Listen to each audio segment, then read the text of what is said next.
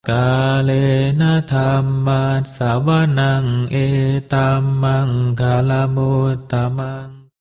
Penuturan syair Dhammapada di video ini ditujukan untuk kita renungkan.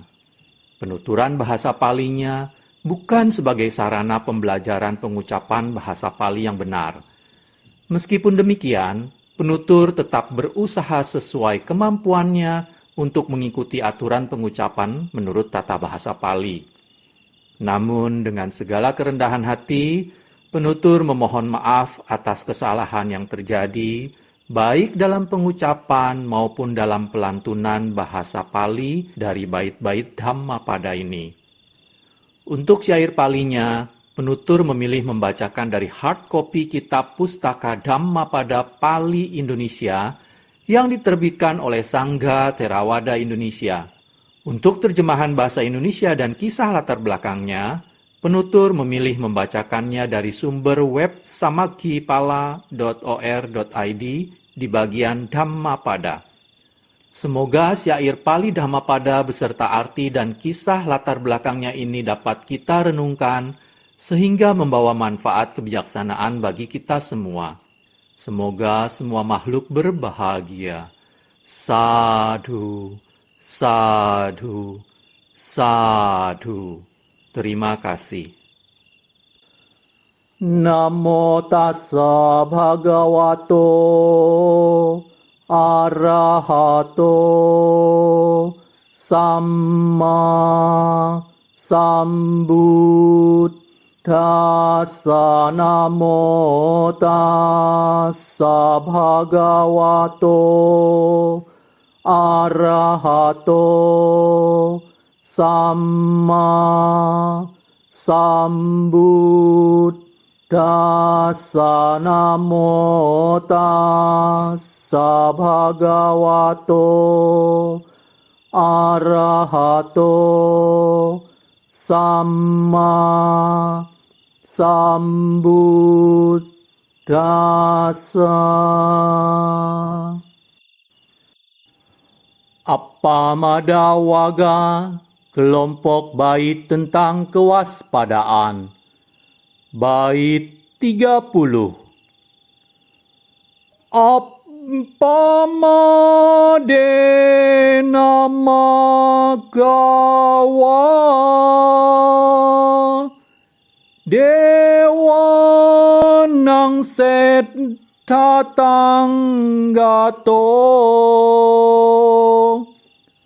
appamadang pasang santi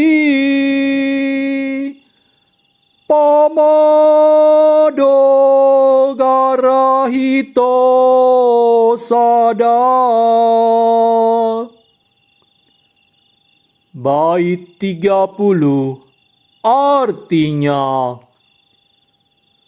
dengan menyempurnakan kewaspadaan, Dewa Saka dapat mencapai tingkat pemimpin di antara para dewa. Sesungguhnya, kewaspadaan itu akan selalu dipuji, dan kelengahan akan selalu dicela. Kisah latar belakang dibabarkannya bait 30 Appamada Waga oleh Buddha Gautama.